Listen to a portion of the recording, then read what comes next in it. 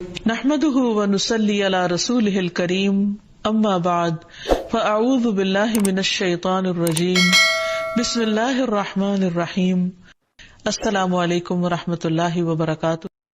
حیض اس خون کو کہتے ہیں جو خواتین کو ہر ماہ مقررہ اوقات میں کسی سبب کے بغیر از خود آتا ہے، یعنی ایک فطری طریقہ ہے۔ نفاس وہ خون ہے جو عورت کے رحم سے بچے کی ولادت کے وقت اور اس کے بعد کم و بیش 40 روز تک خارج ہوتا ہے۔ یاد رہے کہ شریعت میں حیض اور نفاس کے احکام ایک جیسے ہیں۔ حیض کے دنوں کی تعداد مقرر نہیں، کسی ماہ کم کسی ماہ زیادہ دن ہو سکتے ہیں۔ اسی طرح مختلف لوگوں کی عادت مختلف ہو سکتی ہے۔ حضرت عائشہ رضی اللہ تعالی عنہا سے روایت ہے کہ نبی اکرم صلی اللہ علیہ وسلم نے فرمایا، جب حیض آئے تو نماز چھوڑ دو اور جب ختم ہو جائے تو غسل کر لو اور نماز پڑھو۔ اسے نسائی نے روایت کیا ہے۔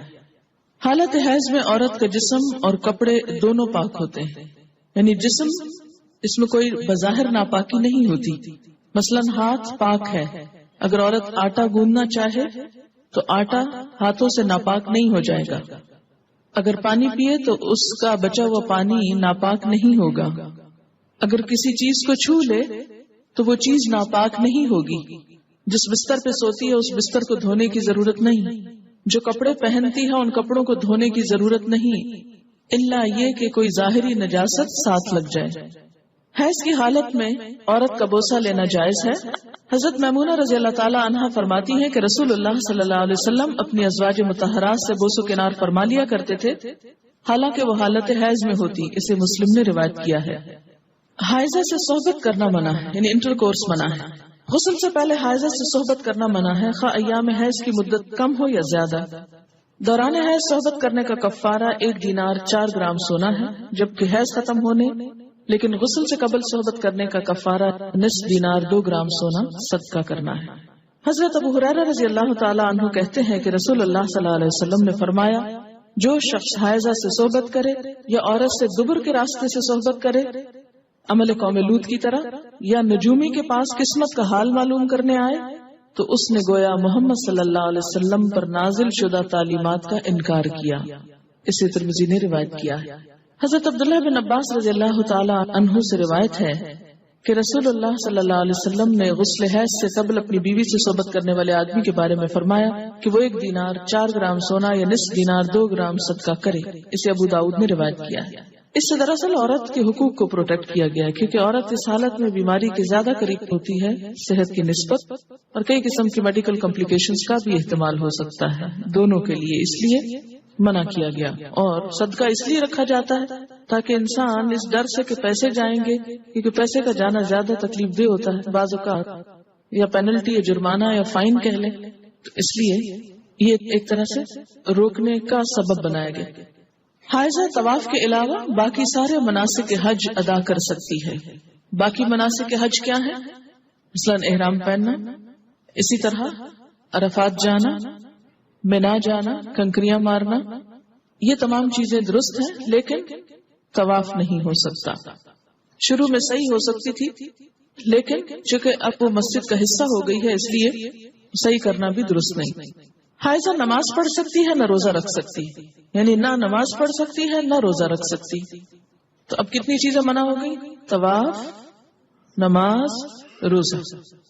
حیض شروع ہوتے ہی روزہ ختم ہو جاتا ہے، خاص سورج غروب ہونے سے 1 لمحہ ہی پہلے کیوں نہ آئے۔ حیض کی وجہ سے روزہ ختم ہونے کے بعد کھانا پینا جائز ہے، البتہ روزہ کی قضا ضروری ہے۔ حائضہ کے لیے روزہ کی قضا ہے، نماز کی نہیں۔ ہمارے یہاں عام طور پر یہ خیال پایا جاتا ہے نا کہ اگر پیریڈز آ بھی جائیں تو روزہ نہیں توڑنا چاہیے اور کچھ کھانا پینا نہیں چاہیے، اس دن کا ہو جاتا ہے۔ یہ خیال غلط ہے۔ دوسرا یہ کہ یہ کہا جاتا ہے کہ چلیں اگر نہیں کھائے پیئیں گے تو روزے کا ثواب مل جائے گا، ایسی بھی کوئی بات کہیں نہیں لکھی ہوئی۔ جب روزہ ہوا ہی نہیں تو ثواب کائے کا ملا؟ ناپاک حالت میں روزہ رکھنے کا یہ ثواب ہے یا الٹا گناہ ہے؟ یعنی ناپاکی میں کس نے روزہ رکھنے کو کہا؟ اور جب روزہ ہی نہیں تو کھانا پینا کیوں حرام کر لیا اپنے اوپر؟ یہ دین میں خود ساختہ پابندیاں۔ بہت سے لوگ بسا اوقات عورتوں کو پرووک کرتے ہیں یہ کہہ کر، دیکھو اسلام نے تمہارے ساتھ کیسی زیادتی کی، اور اسلام میں تو عورت کو کوئی حیثیت ہی نہیں دی گئی، اس کے دین میں بھی نقص بتایا گیا، تو نقص اور نقصان کمی کے لیے ہے، کسی عیب اور خرابی کے لیے نہیں۔ اب آپ دیکھیے کہ نماز میں تو کمی ہوتی ہے، لیکن اس وقت میں جو تکلیف کی یا اذیت کی کیفیت ہوتی ہے اس کا صلہ بھی ملتا ہے، کیونکہ اللہ تعالیٰ نے لکھ دیا نا یہ۔ تو جو چیز اللہ تعالیٰ کی طرف سے آتی ہے اس پر انسان صبر کرے، جیسے بعض اوقات پین بہت ہے یا کوئی اور ایسی کیفیت ہے، تو یہ ایسے حالات میں صبر کرنا جو ہے وہ اجر کا سبب ہے۔ اگر ادھر سے کمی ہوئی تو ادھر سے بڑھ بھی گیا اجر، ٹھیک ہے۔ دوسری بات یہ کہ کمی سے مراد نمازوں کی تعداد میں کمی ہے، جس کو آپ بعد میں عام حالات میں نفل وغیرہ پڑھ کے بھی پورا کر سکتے ہیں، یا پھر یہ کہ کمی سے مراد اس اعتبار سے کمی بھی ہے کہ ایک مثلا تہجد کی روٹین آپ بناتے ہیں یا نمازوں میں خشوع و خضوع کی روٹین بناتے ہیں، این ابھی آپ اس حالت میں ہوتے ہیں کہ نماز چھوٹ جاتی ہے، اب کیا ہو گیا؟ نہ صرف یہ کہ وہ چند دن نمازوں کی کمی ہوئی، بلکہ دوبارہ ایک اچھی حالت میں آنے کے لیے، دوبارہ سے نئی عادت بنانے کے لیے پھر ایک مشکل پڑ جاتی۔ تو بعض اوقات لوگ نماز ہی چھوڑ دیتے ہیں، وہ مشکل عادت پڑنے لگتی ہے کہ چھٹی ہو جاتی ہے، اور چھٹی ہوتے ہی پھر چھٹی کر لی جاتی ہے ساتھ۔ تو یہ ایک انسانی نفسیات بھی ہے۔ اس سے پھر دین میں پیچھے رہنے کا اندیشہ ہوتا ہے۔ یہ بتا کے الارم کیا گیا ہے، نہ کہ کوئی عیب بتانا مقصود ہے۔ کہ اگر آپ کو یہ بتایا جائے کہ آپ کے بزنس میں یا فلاں چیز میں کمی ہو جاتی ہے اس چیز سے، تو آپ کیا سوچتے ہیں؟ بزنس چھوڑ دوں، کام ہی چھوڑ دوں؟ نہیں، آپ سوچتے ہیں اچھا اس کمی کو پھر اور کہاں سے پورا کروں۔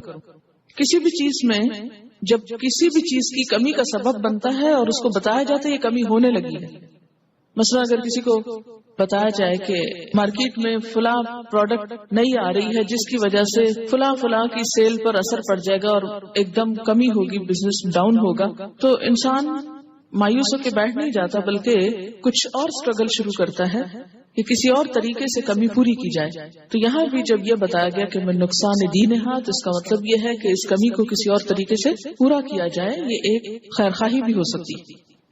اگر کوئی عورت رمضان میں فجر کی اذان سے پہلے حیض سے پاک ہو جائے اور غسل کا وقت نہ ہو تو پہلے روزہ رکھ کر بعد میں غسل کر سکتی، لیکن اگر اذان کے بعد پاکی ہوئی ہے، یعنی بعد میں بھی اسپاٹ لگا ہے اور سورج نکلنے کے بعد آپ پاک ہو رہے ہیں اور نہا رہے ہیں اور روزہ آپ صبح سے رکھ چکے ہیں، تو وہ روزہ نہیں ہوتا۔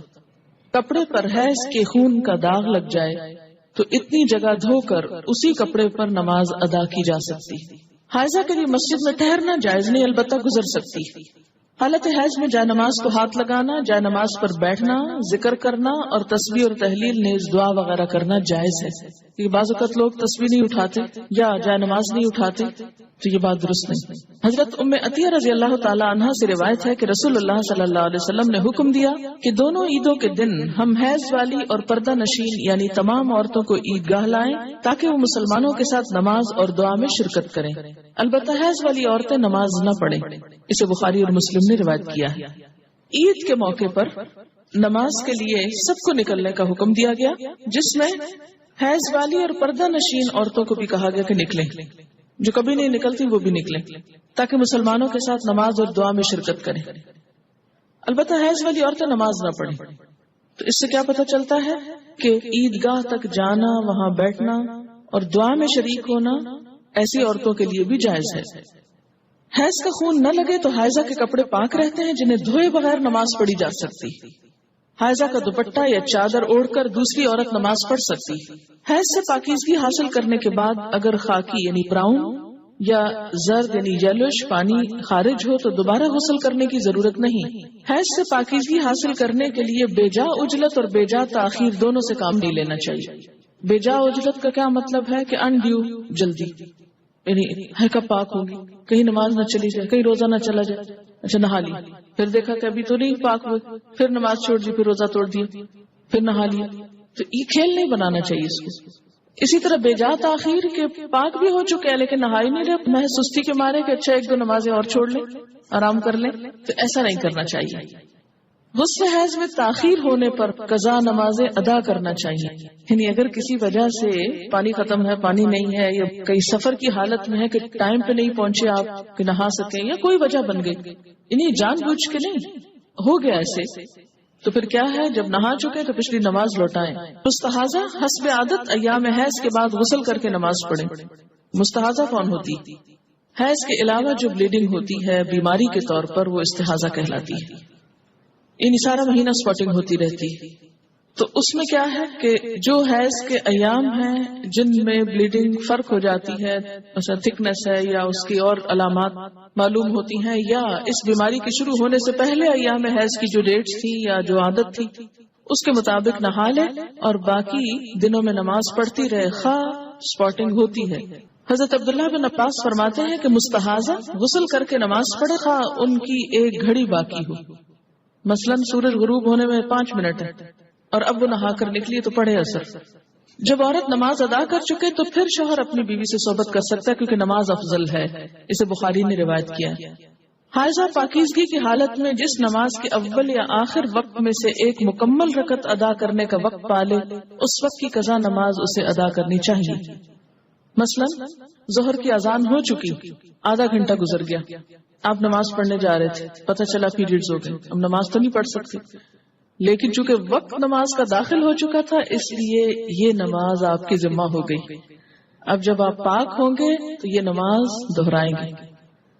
اور اسی طرح اگر عصر کا وقت مثلا ختم ہونے سے آدھا گھنٹہ پہلے پاکی حاصل کی، اب نہانے میں 20 منٹ لگ گئے، 10 منٹ باقی ہیں اور جتنی دیر میں مصلی بچھایا مغرب کی نماز ہو گئی. بعض اوقات ایسا نا سردی ہوتی ہے، دروازے بند کرتے جائے نماز بچھاتے کرتے ٹائم ہو جاتا ہے، اتنے میں اذان ہوگی. اب مغرب پڑھ کے کیا کرے؟ عصر قضا پڑھے. حائضہ کو مسلسل قرآن پاک کی تلاوت کرنا منع ہے، البتہ ایک آیت توڑ کر پڑھ سکتی ہے، یعنی بیچ میں سانس لے سکتی ہے، اور یہ حدیث نہیں ہے، بہرحال ابراہیم نخعی کا قول ہے.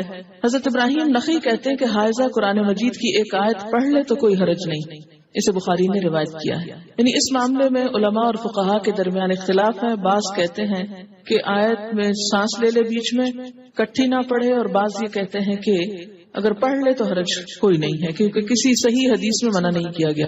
ایک روایت ملتی ہے مگر وہ ضعیف ہے. حائضہ قرآن مجید کو ہاتھ نہ لگائے، اگر پکڑنا ضروری ہے تو کپڑے سے پکڑنا چاہیے، یعنی عربک ٹیکسٹ جو ہے اس کو ٹچ نہیں کرے. شوہر کی اجازت سے حیض لانے یا حیض روکنے کی ادویات استعمال کرنا جائز ہے. دوران حیض بیوی کو طلاق دینا منع ہے.